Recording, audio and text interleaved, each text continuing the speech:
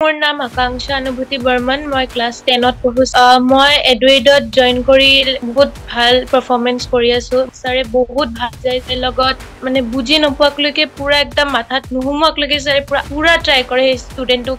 বুজাবলে এতিয়া ছাৰে ৰুলছবোৰ ইমান ধুনীয়াকে মাথাত সোমাই দিছে যে গ্ৰামাৰ এতিয়া মানে নাচালেও এক্সামত মই অটোমেটিকলি গম পায়ে যাওঁ যে এইটো এনেকুৱাই হ'ব So ma'am, I'm Varinya Sharma and I'm studying in SMG in 10th grade. Actually, আমি যেতিয়া শুনিল মানে মই কথা পাতি মোৰ ভাল লাগিলে গোটেই আপোনালোকে ক্লাছবোৰ যেনেকৈ শিডিউল কৰে বা গোটেই বস্তুটোৱে তাৰপিছত মই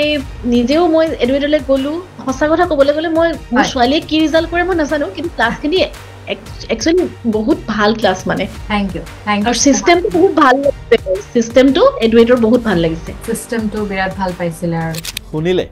দেখিলে আপোনাৰ সন্তানেও সাগে এইবাৰ ক্লাস 9 বা 10 পাব গৈ আছে আৰু নিশ্চয়কৈ আপুনিও তাৰ ভৱিষ্যতৰ কথা চিন্তা কৰি তাক কিছুমান কোচিং বা টিউচনত দিয়াৰ কথা ভাবিছে কিন্তু টিউচন বা কোচিঙত দিয়াৰ আগতে মই আপোনালোকক কেইটামান গুৰুত্বপূৰ্ণ কথা ক'ব বিচাৰিছো কেতিয়াবা আপুনি মন কৰেনে যে টিউচনত ইমান ছাত্ৰ ছাত্ৰীৰ মাজত কি তাৰ সুধিবলগীয়া প্ৰশ্নখিনি সুধিব পাৰিছেনে বা কেতিয়াবা এই ঘৰতে কৈ যায় মোৰ আজি এটা ডাউট আছে সুধিম কিন্তু টিউচনত গৈ লাজতে হওক ভয়তে হওক বা হীনমন্যতাত ভুগিয়ে হওক কি প্ৰশ্নটো নুখুধে তাৰ ডাউটটো নুখুধে আৰু ঠিক তেনেকে হি ডাউট লৈয়ে ঘৰৰ পৰা যায় আৰু ডাউট এটা লৈয়ে ঘৰলৈ উভতি আহে তেনেকে যদি আমি 365 ডেজৰ কথা ভাবো প্ৰত্যেক দিনাকে এটা এটা ডাউট আৰু তাৰ ফলত তাৰ কি হ'ব গৈ আছে কি হয়তো সাবজেক্টটোক বেয়া পাব কাৰণ তাৰ পাৰফৰমেন্স লাহে লাহে সেই সাবজেক্টটোৰ ডিক্লাইন হৈ গৈ থাকিব আৰু হি পঢ়া-শুনাটো ভয় খাবলৈ আৰম্ভ কৰি তাৰ উপৰি অহা আৰু যোৱাৰটো অসুবিধাসমূহ আছে সো এই সমস্যাবোৰৰ সমাধান নক আমি আপোনাক গৌৰৱেৰে জনাও যে